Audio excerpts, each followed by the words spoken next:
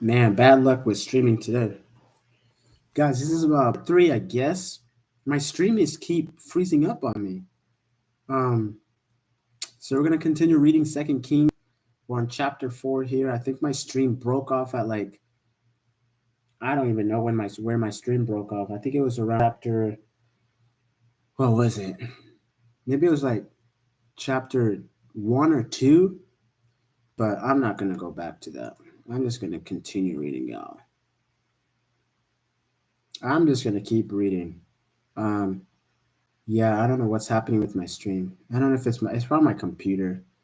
Um, yeah, but okay, chapter 4 of Kings. Kings chapter 4. Second Kings 4.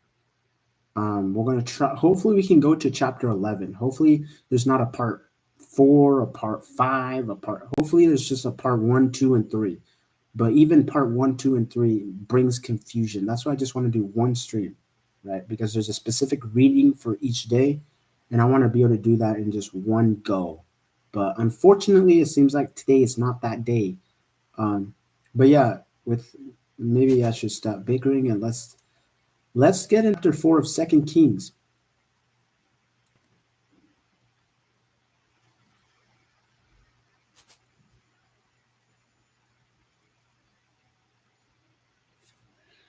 All right, Second Kings chapter 4. Let's get to it. Now the wife of one of the sons of the prophets cried to Elisha, "Your servant, my husband, is dead. You know that your servant feared the Lord.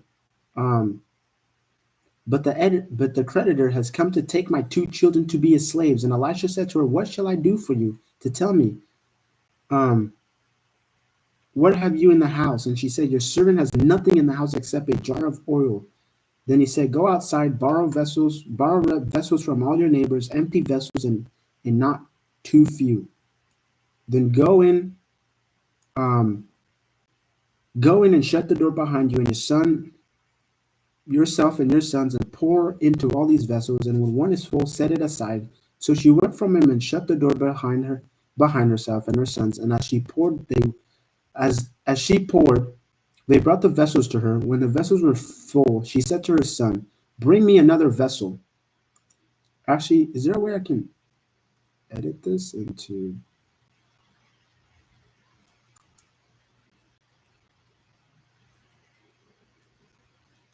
All right, edit.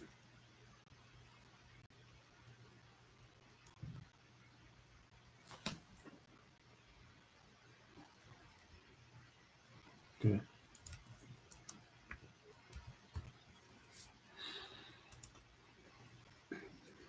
Okay, where was I? Yeah. When the vessels were full, she said to her son, "Bring me another vessel." And she said, "There's not another." Then the oil stopped flowing. Then she came and told the man of God and said, "Go, sell the oil, pay your debts. You and your sons can live on the rest." One day, Elisha went out to Shunem, where a wealthy woman lived, who urged him to eat some food. So whenever he passed that way, he would turn in there to eat food. And she said to her husband, "Behold, now I know that this is a holy man of God who's continually passing our way. Let us make a small room on the roof with walls and put here for him a bed, a table, a chair, a lamp, so that whenever he comes to us, he can go in there." One day he came there, and he turned into the chamber and rested there. And he said to Gehazi his servant, "Call this Shunammite."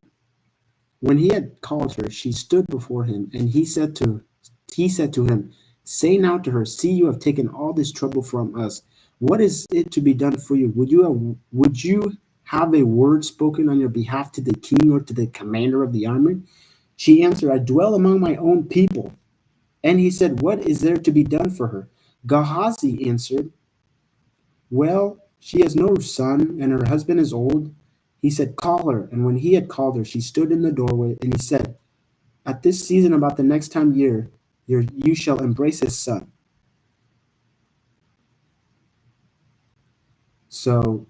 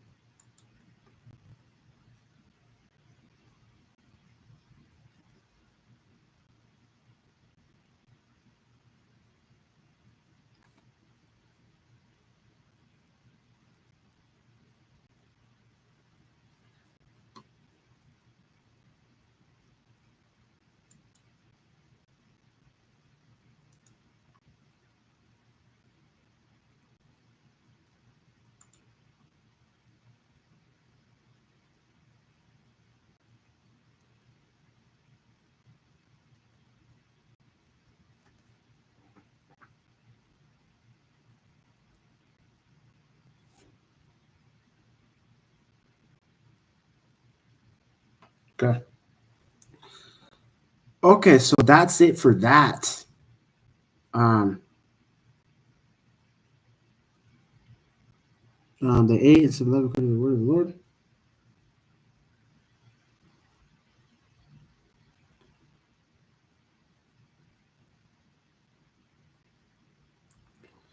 All right, so what time is fall spring as he has said to her? But the woman can wait, I missed this part. And so they called her at this season, about this time next year, you shall embrace a son. And she said, No, my lord, O man of God, do not lie to your servant. But the woman conceived, and she bore a son about that time the following spring, as Elisha had said to her. So when the child had grown, he went out one day to his father among the reapers, and he said to his father, Oh, my head, my head. And the father said to his servant, Carry him to his mother. And when he had lifted him and brought him to his mother, the child sat on her lap till noon, and then he died. Um, and she went up and laid him on the bed of a man of God and shut the door behind him.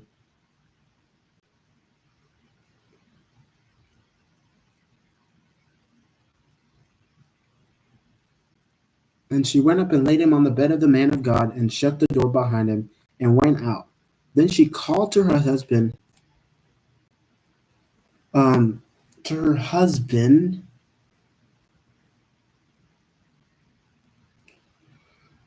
Then she called to her husband and said, Send me one of the servants and one of the donkeys that I may quickly go to the man of God and come back again.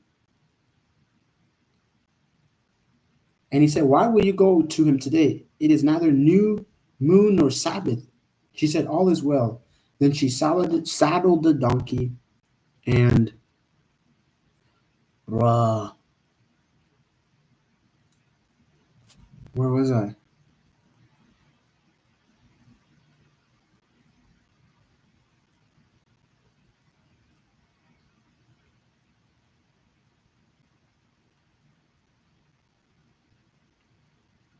Uh, she saddled the donkey and she said to her servant, Urge the animal on. Do not slacken the pace for me unless I tell you. So she set out and came to the man of God at Mount Carmel. When the man of God saw her coming, he said to Gehazi's servant, Look, there's the Shunammite. Run at once to meet her and say to her, Is it all well with you? Is it all well with your husband? Is it all well with your child? And she answered, All is well. And when she came to the mountain to the man of God, she caught hold of his feet, and Gehazi came to push her away. But the man of God said, Leave her alone, for she is in bitter distress, and the Lord has hidden it from me and has not told me. Then she said, Did I ask my Lord for a son? Did I not say, Do not deceive me? He said to Gehazi, Tie up your garments and take my staff in your hand and go. If you meet anyone, do not meet him. And if anyone greets you, do not reply, and lay my staff on the face of the child. Then the mother of the child said, As the Lord lives and as yourself live, I will not leave you. So he arose and followed her, and Gehazi went on ahead and laid the staff on the face of the child, but there was no sound or sign of life. Therefore he returned to meet him and told him, The child has not awakened. Then Elisha came into the house. He saw the child. Oh my goodness. He saw the child lying dead on his bed. So he went and shut the door behind the two of them and prayed to the Lord. Then he went up and laid on the child, putting his mouth on his mouth, his eyes on his eyes, his hands on his hands. And as he stretched himself upon him, the flesh of the child became warm. Then he got up again and walked once back and forth into the house, and went up and stretched himself upon him. The child sneezed 7 times, and the child opened his eyes. Then he summoned Gehazi and said, Call this Shunammite. So he called her, and when she came to him, he said, Pick up your son. She came and fell at his feet, bowing to the ground, and she picked up her son and went out. So this sounds familiar. It sounds like, did Elijah do something like that? No. I don't know. It sounds from, I think we just read that Elisha, the widow, the Shunammite, something maybe with Elijah. And Elisha came again to Gilgal when there was a famine in the land, And as the sons of the prophets were sitting before him, he said to his servant, set on the large pot and boil stew for the sons of the prophets. One of them went out into the field to gather herbs and found a wild vine and gathered from it its lap full of wild gourds, and came and cut them into the pot of stew, not knowing what they were. And they poured out some for the men to eat. But while they were eating of the stew, they cried out, O man of God, there is death in the pot. And they could not eat it. He said, then bring flour. And he threw it into the pot and said, pour some of it for the men, that they may eat. And there was no harm in the pot. A man from Baal Shalishah, bringing the man of God bread of the first fruits, 20 loaves of barley and fresh ears of grain in his sack. And Elisha said, give to the men that they may eat. But this servant said, how can I set this before 100 men? So he repeated, give them to the men that they may eat, for thus says the Lord, they shall eat and have some left. So he set it before them, and they ate and had some left, according to the word of the Lord. So Elisha is multiplying. So Elisha is parting the Jordan River. He's raising the dead, and now he's multiplying and doing miracles, multiplying the food. Oops. He's multiplying the food, just like who did that? Who did Jesus multiplied and fed the 5,000 with 2 loaves and 5 fish, right? Elisha's kind of doing similar. Kings 5. Naaman, a commander of the army of the king of Syria, was a great man with his master, and in high favor because of him. The Lord had given victory to Syria. He was a mighty man of valor, but he was a leper. Now, the Syrians on one of the raids had carried off a little girl from the land of Israel, and she worked in the service of Naaman's wife.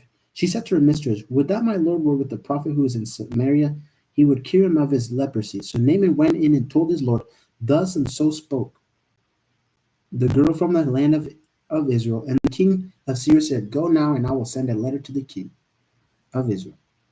So he went, taking with him 10 talents of silver, 6,000 shekels of gold, and 10 changes of clothes. And he brought the letter to the king of Israel, which read, when this letter reaches you, know that I have sent you to Naaman my servant, that you may cure him of his leprosy. And when the king of Israel read the letter, he tore his clothes and said, am I God to kill and to make alive, that this man sends word to me to cure a man of his leprosy? Only consider and see how he is he's seeking a quarrel with me. He's seeking a quarrel with me. But when Elisha, the man of God, heard that the king of Israel had torn his clothes, he sent to the king, saying, why have you torn your clothes? Let him come now to me, that he may know that there is a prophet in Israel. So Naaman came with his horses and chariots and stood at the door of Elisha's house. And Elisha sent a messenger to him, saying, go and wash in the Jordan 7 times, and your flesh will be restored, and you shall be clean. But Naaman was angry and went away, saying, behold, I thought he would surely come out to me and stand and call upon the name of the Lord his God and wave his hand over that place and cure the leper. Are not Abana and Pharpah, the rivers of Damascus, better than all the waters of Israel? Could I not wash in them and be clean? So he turned and went away in rage. But his servants came near and said to him, my father, it is a great word the prophet has spoken to you. Will you not do it? Has he actually said to you, wash and be clean? So he went down and dipped himself 7 times in the Jordan, according to the word of the man of God, and his flesh was restored like the flesh of a little child, and he was clean. Then he returned to the man of God, and he and his commanders, and he came and stood before him. And he said, behold, I know that there is no God in all the earth but in Israel. So accept now a present from your servant. But he said, as the Lord lives, before whom I stand, I will receive none. And he urged him to take it, but he refused. Then Naaman said, if not, please let there be given into your servant 2 mules load of earth. Let there be given to your servants 2 mule loads of earth. For from now on your servant will not offer burnt offerings or sacrifice to any god but the Lord. In this manner may the Lord pardon your servant. When my master goes into the house of Rimmon to worship there, leaning on my arm, I bow myself in the house of Rimmon.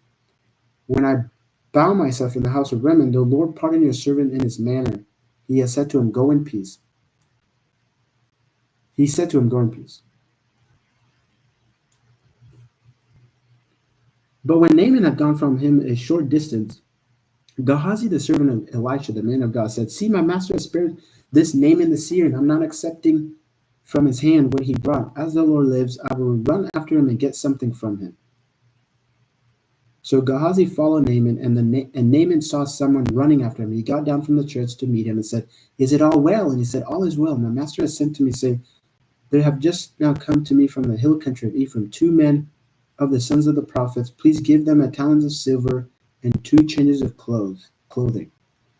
And Naaman said, Be be pleased to accept 2 talents. And he urged him and tied up 2 talents of silver in 2 bags with 2 changes of clothing and laid them on top of his servants. And they carried them before Gehazi. And when he came to the hill, he took them from their hand and put them in the house. And he sent the men away, and they departed. He went in and stood before his master, and Elisha said to him, "Where have you been, Gehazi?"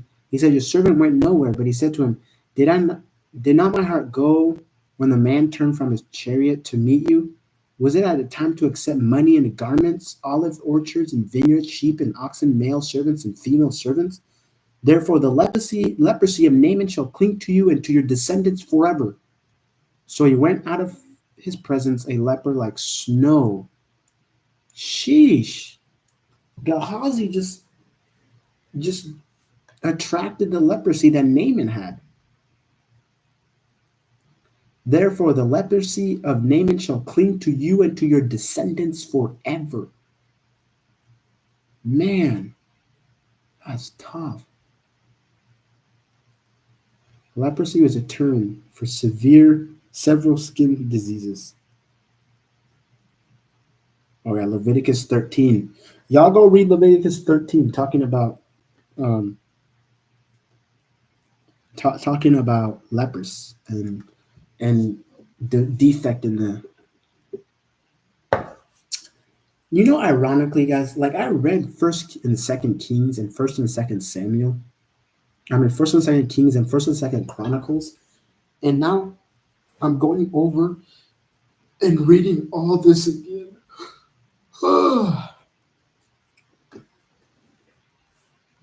And now I'm going over and reading all this again. Chapter 6 of Second Kings. Now the sons of the prophet said to Elisha,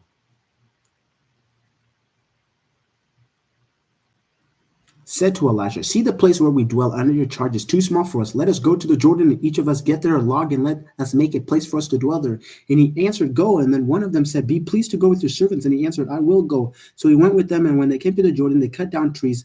But as one was felling a log, his axe head fell into the water, and he cried out, "Alas, my master, it was borrowed." Then the man of God said, "Where did it fall?" When he showed him the place, he cut off a stick and threw it in there and made the iron float. And he said, "Take it up." So he reached out his hand and took it. That's crazy. And the mind of the king of Syria was greatly troubled because of this thing. And he called his servant and said to him, "Will you not show me who of us is for the king of Israel?" And one of his servants said, "None, my lord, O king, but Elisha the prophet who is in Israel tells the king of Israel the words that you speak in your bedroom." And he said, "Go and see where he is, that I may send and seize him." It was told him, "Behold, he is in Dothan." So he sent their horses and chariots and a great army, and they came by night and surrounded the city. When the servants of the man of God rose early in the morning and went out, behold, an army with horses and chariots was all around the city. And the servant said, "Alas, my master, what shall we do?" And he said, "Do not be afraid, for those who are with us are more than those who are with them." Then Elisha prayed and said, "O Lord, please open his eyes that he may see." So the Lord opened the eyes of the young man, and he saw. And behold, the mountain was full of horses and chariots of fire all around Elisha. And when the Syrians came down against him, Elisha prayed to the Lord and said, "Please strike this people with blindness." So he struck them with blindness in accordance with the prayer of Elisha. And Elisha said to them, "This is not the way, and this is not the city. Follow me, and I'll bring you to the man whom you seek." And he led them to Samaria. As soon as they entered Samaria, Elisha said, "O Lord, open the eyes of these men that they may see." So the Lord opened their eyes, and they saw, and behold, they were in the midst of Samaria. As soon as the king of Israel saw them, he said to Elisha, "My father, shall I strike them down? Shall I strike them down?" He answered, "You shall not strike them down. Would you strike down those whom you have taken captive with your sword and with your bow? Set bread and water before them, that they may eat and drink and go to their master." So he prepared for them a great feast, And when they had eaten and drunk, he set them away, and they went to their master, and the Syrians did not come again on raids into the land of Israel. Afterward, Ben-Hadad, king of Syria, mustered his entire army and went up and besieged Samaria. And there was a great famine in Samaria as they besieged it, until a donkey's head was sold for 80 shekels of silver, and the fourth part of a cab of dove's dung for 5 shekels of silver. Now, as the king of Israel was passing by on the wall, a woman cried out to him, saying, "Help, my lord, O king." And he said, "If the Lord will not help you, how shall I help you?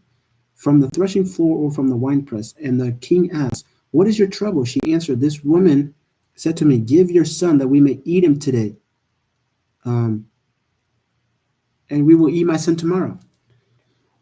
So we boiled my son and ate him. So we boiled my son and ate him."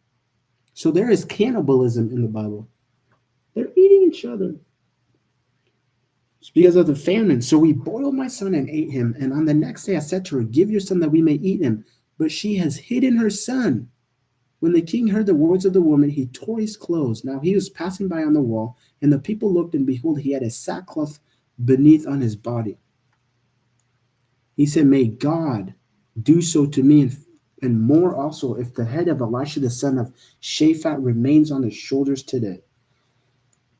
Elisha was sitting in his house, and the elders were sitting with him. Now the king had dispatched a man from his presence, but before the messenger arrived, Elisha said to the elders, "Do you see how this murderer has sent to take out my head? Look, when the messenger comes, shut the door and hold the door fast against him. Is not the sound of his master's feet behind him?" And while he was still speaking with them, the messenger came to him and said, "This trouble is from the Lord. Why should I wait for the Lord any longer?"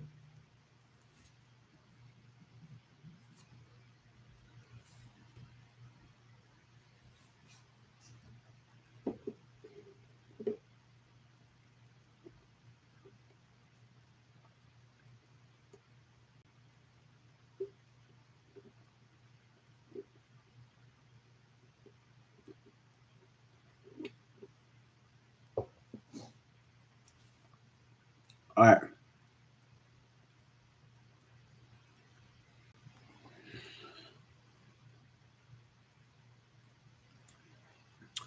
So that's Kings chapter 6. Kings chapter 7.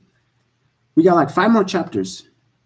But Elisha said, "Hear the word of the Lord. Thus says the Lord, tomorrow about this time, a seah of fine flour shall be sold for a shekel, and 2 sides of barley for a shekel at the gate of Samaria." Then the captains on whose hand the king leaned said to the man of God, "If the Lord himself should make windows in heaven, could this thing be?" But he said, "You shall see it with your own eyes, but you shall not eat of it."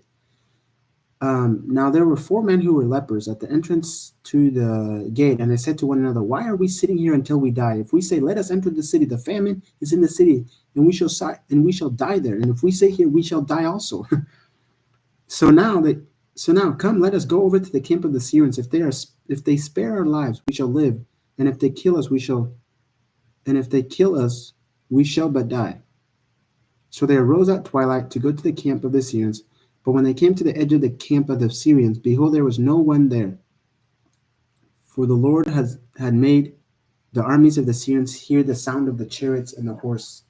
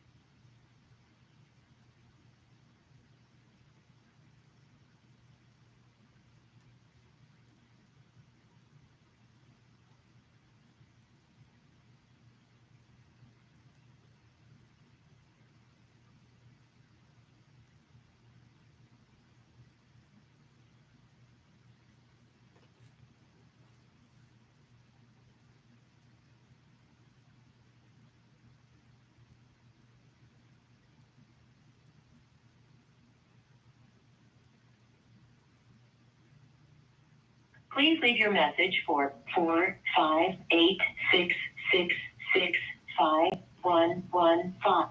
Mm.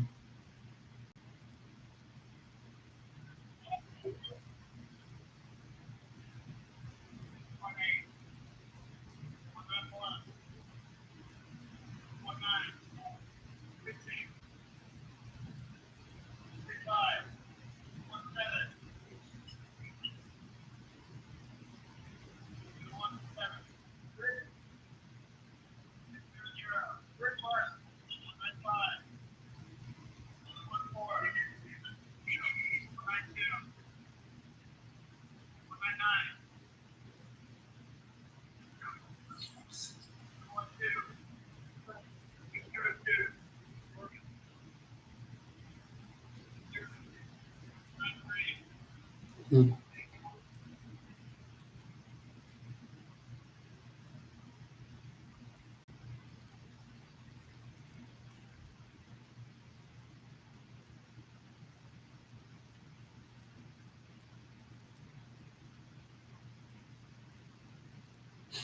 Okay, guys. Somebody was trying to call me, and I don't know.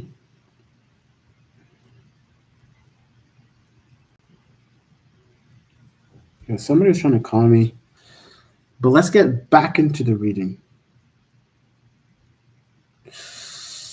So they arose at twilight. So they come.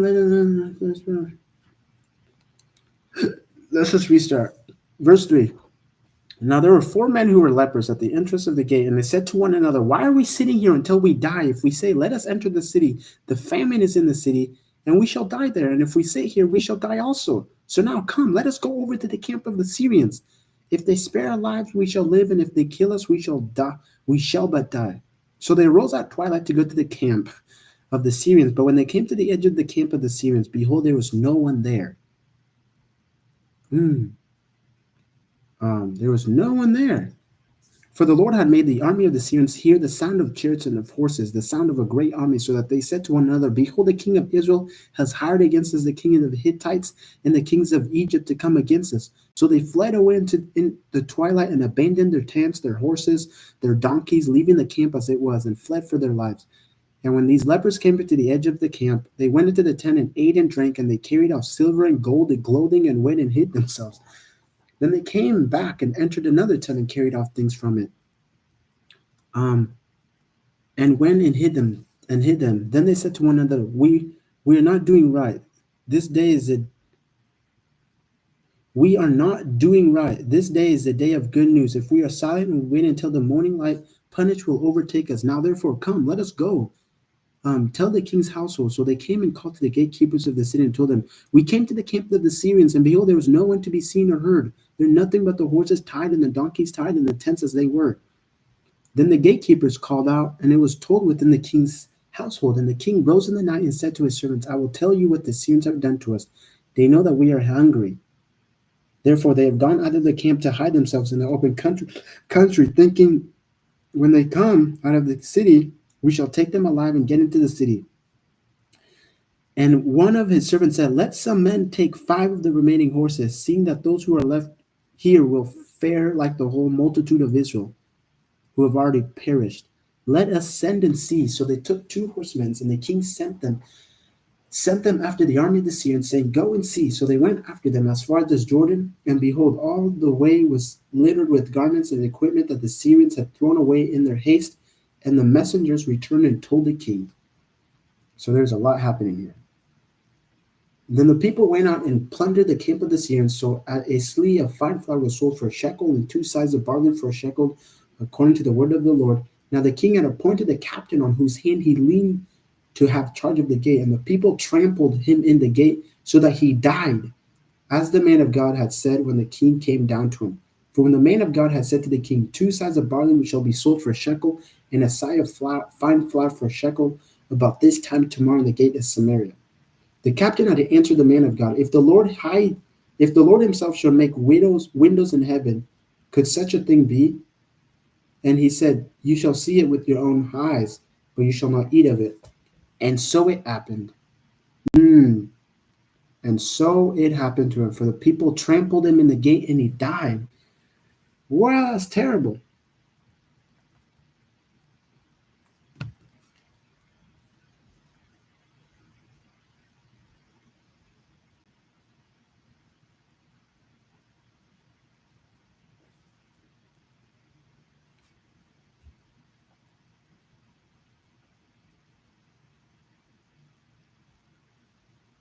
Now he's not answering?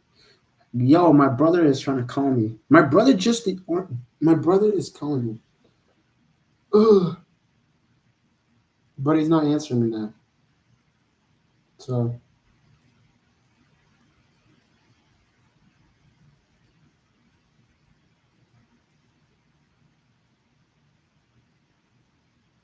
dang! Lil bro is jacked up. Sheesh. I see you.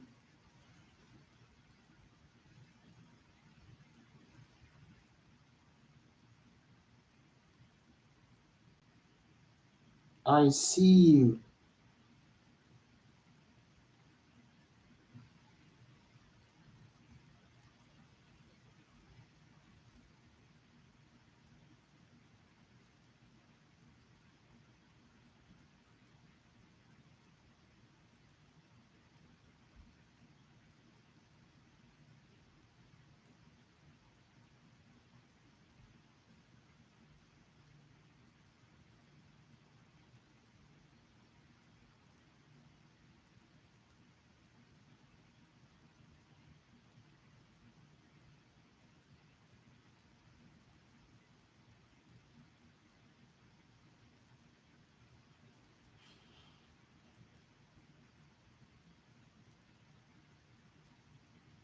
Mm,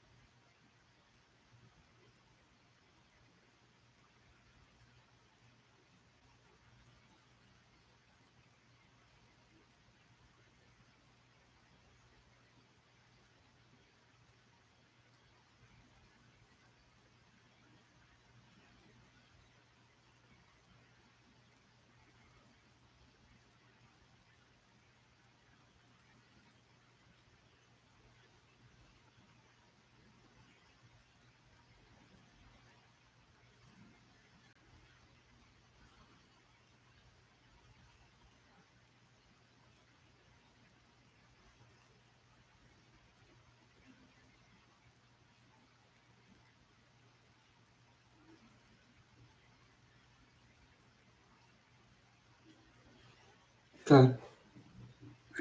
All right. That's that.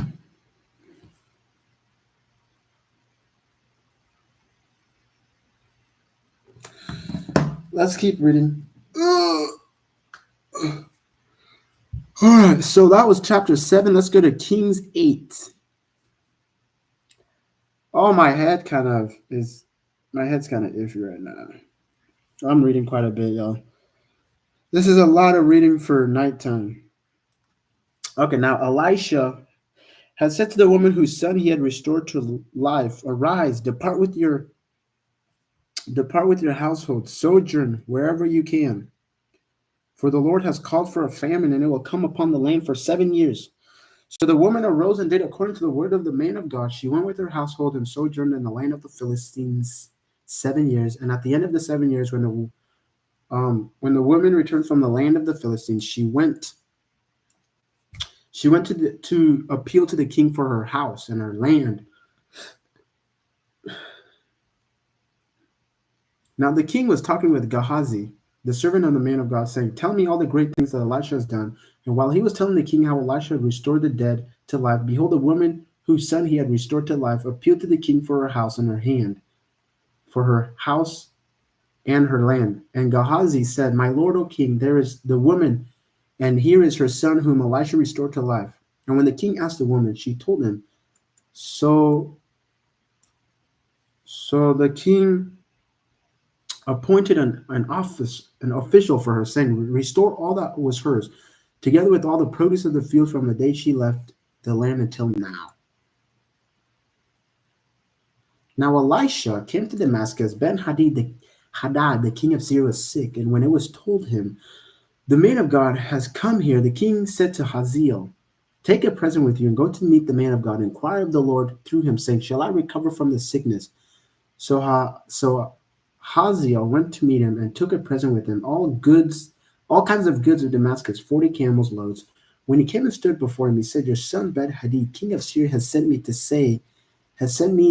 you, saying, Shall I recover from this sickness?" And Elisha said to him, "Go, say to him, you shall certainly recover, but the Lord has shown me that he shall certainly die." And he fixed his gaze and stared at him until he was embarrassed, and the man of God wept.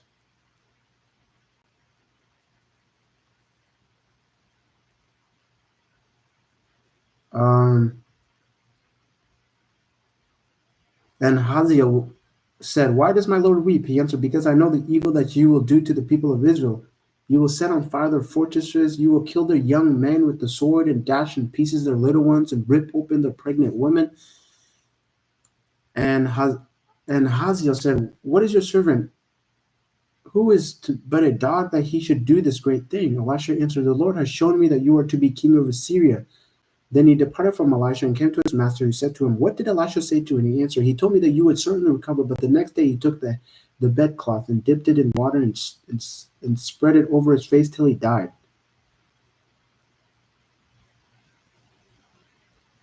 And Hazael became king in his place. That's crazy. Jehoram. In the 5th year of Joram, the son of Ahab, king of Israel, when Jehoshaphat was king of Judah, Jehoram, the son of Jehoshaphat, king of Judah, began to reign. He was 32 years when he became king, and he reigned 8 years in Israel, and he walked in the ways of the king of Israel as the house of Ahab had done, for the daughter of Ahab was his wife. That's pleasant. And he did what was evil in the sight of the Lord, yet the Lord was not willing to destroy Judah for the sake of David his servant, since he promised to give a lamb to him and to his sons forever. In his days, Edom revolted from the rule of Judah and set up a king of their own. Then Joram passed over to Zair with all his chariots, and rose by night, he and his chariot commander struck the Edomites who had surrounded him, but his army fled home. So Edom revolted from the rule of Judah to this day. Then Libnah revolted at the same time. Now the rest of the acts of Joram and all that he did, are they not written in the book of the Chronicles of the king of Judah? So Joram slept with his fathers and was buried with his father in the city of David, and Ahaziah, his son, reigned in his place. Jehoram. In the 12th year of Jehoram, the son of Ahab, king of Israel, Ahaziah, the son of Jehoram, king of Judah, began to reign. Ahaziah was 22 years when he began to reign, and he reigned 1 year in Jerusalem. His mother's name was Athaliah. She was the granddaughter of Omri, king of Israel. He also walked in the ways of the house of Ahab and did what was evil in the sight of the Lord, as the house of Ahab had done, for he was son-in-law to the house of Ahab. He went He went with Joram the son of Ahab to make war against Hazael, king of Syria, Ramoth Gilead, and the Syrians wounded Joram. And King Joram returned to be healed in Jezreel of the wounds that the Syrians had given him at Ramah when he fought against Hazael, king of Syria. And Ahaziah the son of Jehoram, king of Judah, went down to see Jehoram the son of Ahab in Jezreel because he was sick. Wait, I thought he's the son. Oh, the son of Jehoram. So the son.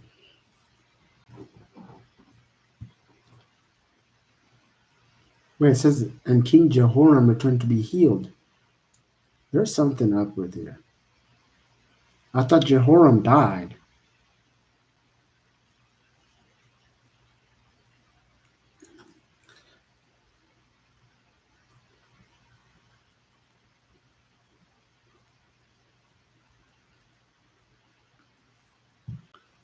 Oh, I think he just got old. Yeah, it says Jehoram. So Jehoram slept with his father and was buried with his place in the city. And then the next little section is talking about Jehoram as he's still alive. I'm so confused. What the freak is happening? It says, and Ahaziah, the son of Jehoram, king of Judah, went down to see Joram, the son of Ahab, in Jezreel because he was sick. But I thought he just died. Huh. I don't know. Chapter 9 of 2 Kings. Oh my gosh, bro. I gotta grind this thing out. When Elisha the prophet called one of the sons of the prophets and said to him, tie up your garments and take this flask of oil in your hand and go to Ramoth Gilead. And when you arrive, look there for Jehu the son of Jehoshaphat, son of Nimshi, and go in and have him rise from among his fellows and lead him to an inner chamber. Then take the flask of oil and pour it on his head and say, thus says the Lord, I anoint you king over Israel. Then open the door and flee. Do not linger. So the young man, the servant of the prophet, went to Ramoth Gilead, and when he came, behold, the commander of the army were in council, and he said, I have a word for you, O commander. And Jehu said, to which of us all? And he said, to you, O commander. So he arose and went into the house, and the young man poured the oil on his head, saying to him, thus says the Lord, O God of Israel, I anoint you king over the people of Israel, over Israel, and you shall strike down the house of Ahab your master, so that I may avenge on Jezebel the blood of my servants, the prophets, and the blood of all the servants of the Lord. For the whole house of Ahab shall perish, and I will cut off from Ahab every male, bond or free, in Israel. And I will make the house of Ahab like the house of Jeroboam the son of Nebat. Jeroboam the son of Nebat, and like the house of Baasha the son of Ahijah. And the dogs shall eat Jezebel in the territory of Jezreel, and none shall bury her. Then he opened the door and fled. When Jehu came out to the servant of his mouth, they said to him, is it all well? Why did this mad fellow come to you? And he said to them, do you know the fellow and his talk? And they said, that is not true. Tell us now. And he said, thus, and so he spoke to me. Thus, he spoke to me, saying, thus says the Lord, I anoint you king over Israel. Then in haste, every man of them took his garments and put it under him on the bare steps, and they blew the trumpet and proclaimed, Jehu is king. Jehu is king.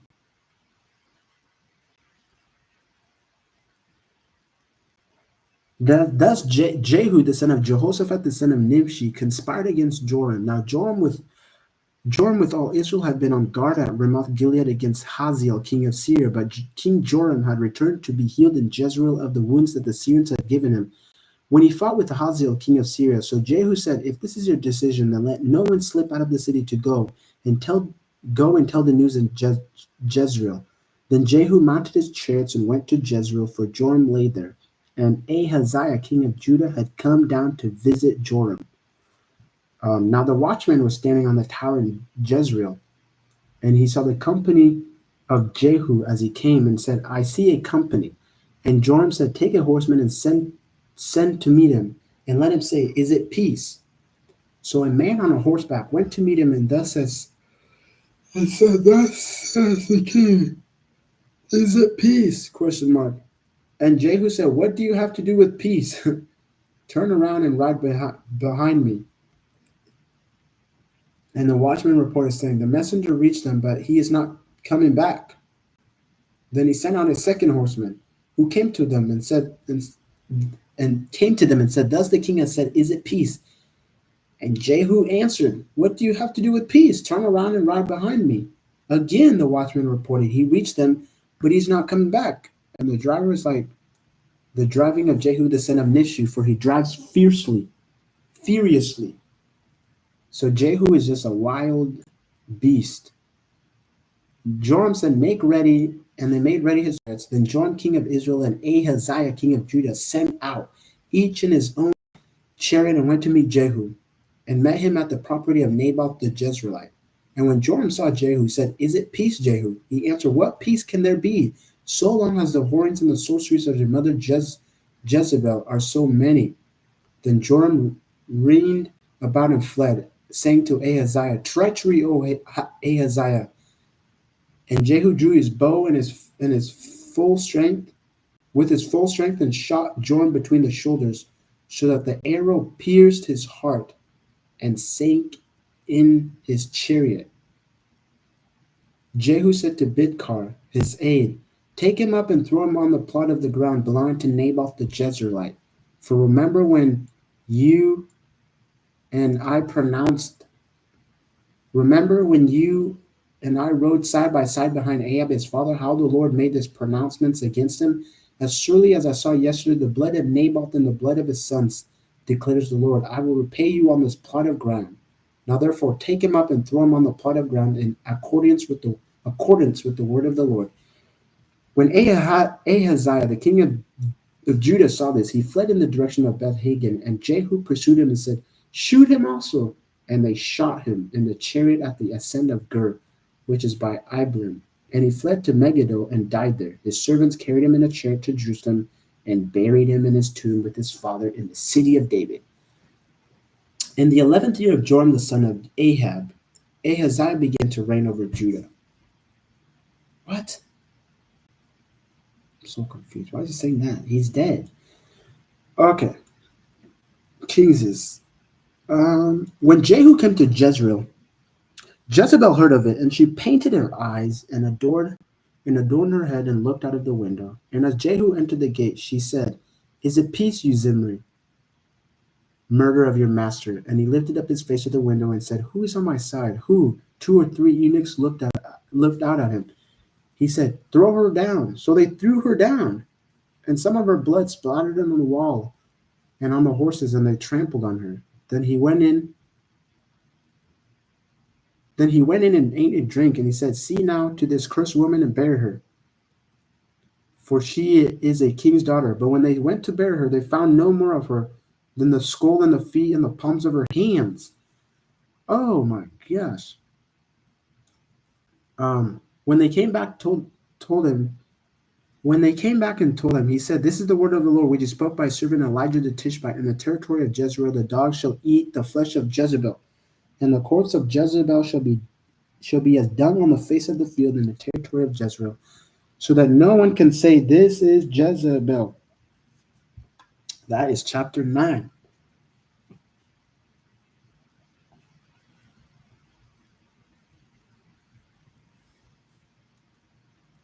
All right, Kings 10.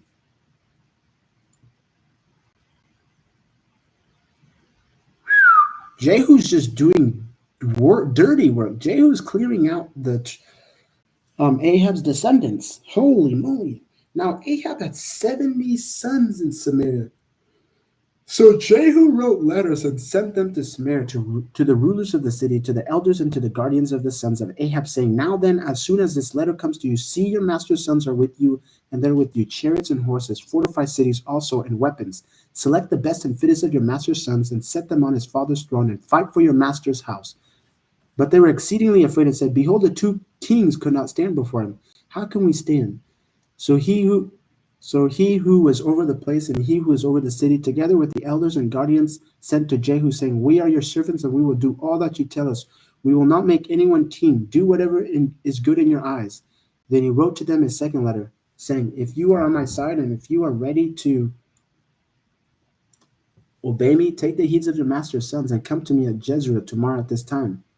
Now the king's sons, 70 persons, were with the great men of the city who were bringing them up. And as soon as the letter came to them, they took the king's sons and slaughtered them, 70 persons, and put their heads in baskets and sent them to him at Jezreel. Okay. Um, the messengers came and told him, They have brought the heads of the king's son. And he said, Lay them in 2 heaps at the entrance of the gate until the morning. Then in the morning, when he went out, he stood and said to all the people, You are innocent. It was I who conspired against my master and killed him. But who struck down all these?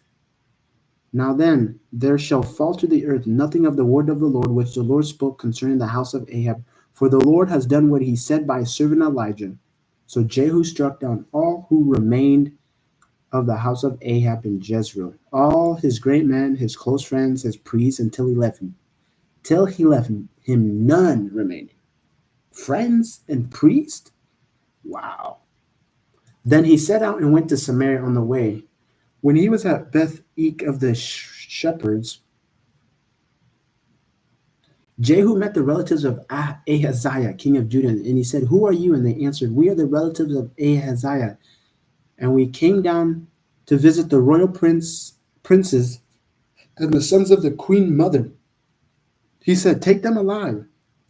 And they took them alive and slaughtered them at the pit of excuse me. And they took them alive and slaughtered them at the pit of Beth Eked, 42 persons, and he spared none of them. So Ahaziah's bloodline is getting wiped. And when they departed from there, he met Jehonadab, the son of Jacob, coming to meet him. And he greeted him and said to him, Is your heart true to my heart as mine is to yours? And Jehonadab answered, It is. And Jehu said, If it is, give me your hand.